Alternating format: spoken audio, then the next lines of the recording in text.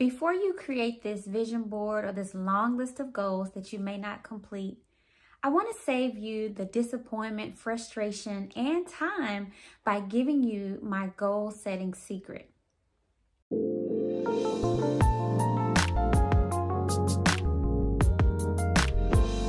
I'm Dr. Q Perry, and I am a board certified and Christian psychologist. And I want to teach you how to be amazing with grace by improving your relationship with yourself, other people, and God.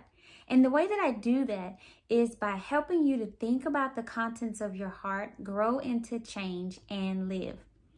In today's video, I'm going to be sharing with you my goal setting secret.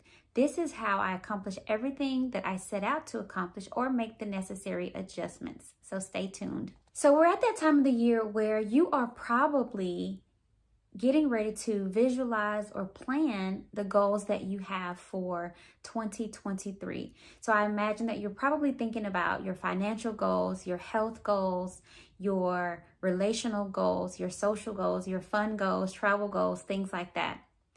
And there's not a shortage of videos and articles and blogs out there on how to accomplish your goals. I mean, there's all sorts of strategies, right? You can say, make sure that your goals are smart. Make sure that you affirm yourself. So have affirmations. Make sure that you visualize, meditate, manifest. But have you ever felt confused or frustrated because you've tried all of those strategies and you still didn't reach your goal? Or if you did reach your goal, it didn't really give you the feeling you thought it would. And it's not that the strategies that you've used were bad or wrong per se, but there's something missing from them. And I'm going to give you that today with my goal setting secret. And the reality is the path to success is not linear. So it's not that you'll be on your way to success and it's a straight line, because life is going to still happen to you, through you, and around you. And that is going to impact how and if you reach your goals. And because you're watching this channel, I assume you are a spiritual person. And so because of that, I want to encourage you to start by praying first. Now, I don't mean praying where you make your list of goals and you set out to do your goals and you pray and ask God to bless it, because we can do that. But I mean really asking God and making it collaborative, where you are co-creating goals with God. You are asking God to show you the desires of your heart. You are asking God and giving Him actually permission to change your goals, to modify your goals. Prayer will be the filter in which you sift your goals through. Proverbs 19:21 says, "Many are the plans in a man's heart, but it is the Lord's purpose that will prevail." And so I believe that sometimes we frustrate ourselves because we're pursuing the wrong thing. Can you imagine running a race and by the time you get to the end of the race, you're told that you were in the wrong lane or you ran the wrong race altogether? That is exactly what we do sometimes when we set goals without consulting God first and without continuing to consult God along the way. There's a quote by Francis Chan that I really like, and it says that our greatest fear should not be of failure, but at succeeding at things in life that don't really matter. I mean, that's powerful because it says that sometimes we can accomplish a lot of things on our list, but maybe those things are not even part of what is God's purpose for you. So I'm going to go ahead and give you my goal setting secret, and that is to set emotion goals. And by that, I mean to monitor and manage your mood and be mindful of your thoughts. So you might be thinking, Dr. Perry, what does my mood have to do with my goals? Well, you need emotional intelligence. Think about it this way. What difference would it make for you to have relationship goals if you don't know what you're feeling and you don't know how to communicate your feelings? What good would it be for you to accomplish your financial goals or your health and fitness goals if you don't have any idea of what's driving you to eat and spend the way that you do?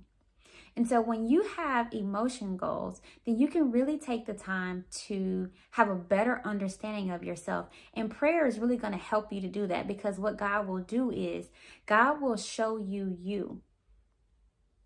Sometimes the goals that we have are not really the goals. Sometimes the goals that we have are set from a place of brokenness. Sometimes the goals that we have are set from a place of confusion. Sometimes the goals that we set are from a place of lack in our mind. And so you want to make sure that you are very clear about your emotions and what's going through your mind. Not everything is traumatic, so I'm not necessarily saying that you have to go digging through and finding something. I know that trauma is a buzzword nowadays, but if you have unhealed trauma, definitely you want to make sure that you are having a qualified mental health professional to help you to process that trauma, because what you'll start to notice is your patterns. You'll start to notice what things trigger you. And believe it or not, these are the things that are going to get in the way. It's going to be weight and baggage that will keep you from being able to accomplish your goals. And not everything that I'm asking you to process is necessarily from your childhood or adolescence. Sometimes the things that we've experienced that are weighing us down could be things that have happened to us just last year or just last month. So it doesn't have to be this long list of things that you need to process necessarily. I mean, if that is your truth, then that is your truth. However, what I am encouraging you to do is to make sure that you are aware of the things that drive your behavior. So let's say, for example, one of my goals is to have a business coach and to do more networking. But if I have not addressed my core belief or this stronghold in my mind that I'm unlovable and unlikable, do you really think that I will benefit from the strategies and the feedback that my coach is giving me? Most likely, I will assume that my coach doesn't like me and I'll get offended. And if I am given the assignment to get out and network more, do you really think that I'll be able to show up in a way that best promotes my business if I'm walking into a room with the inner thought that people don't like me and I'm unlovable? So do you see how those emotion goals will be extremely helpful for you to be able to accomplish any goal, right? You will then even be able to modify your goals as necessary. So using that same example, I would then ask myself, what do I need to feel more of? What do I need to feel less of? What do I need to unlearn? What do I need to think more often than what I'm thinking now in order to be able to reach my goals?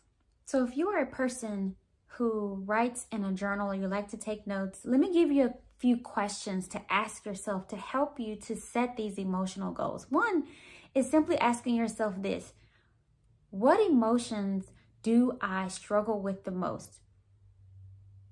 Do I notice that I tend to feel a little irritated, or I'm easily angered, or I feel insecure all the time, or I feel confused, or I feel sad all the time? I notice that I'm anxious and nervous and worried all the time.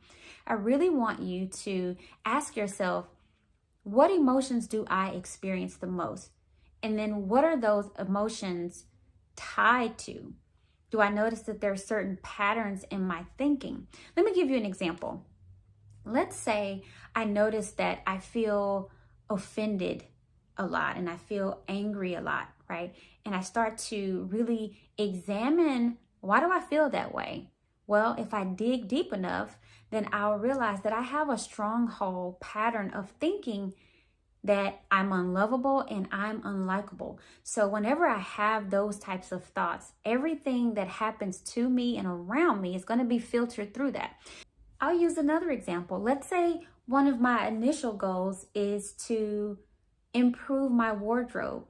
But if I don't know that that goal is coming from a place of brokenness because I'm trying to compete, and I think that wearing certain labels or dressing a certain way is going to make me more lovable, then I am pursuing the wrong goal.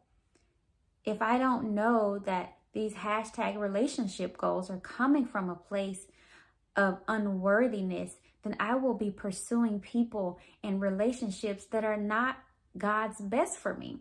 So I really want you to take some time. If you have already set your goals, it's not a problem.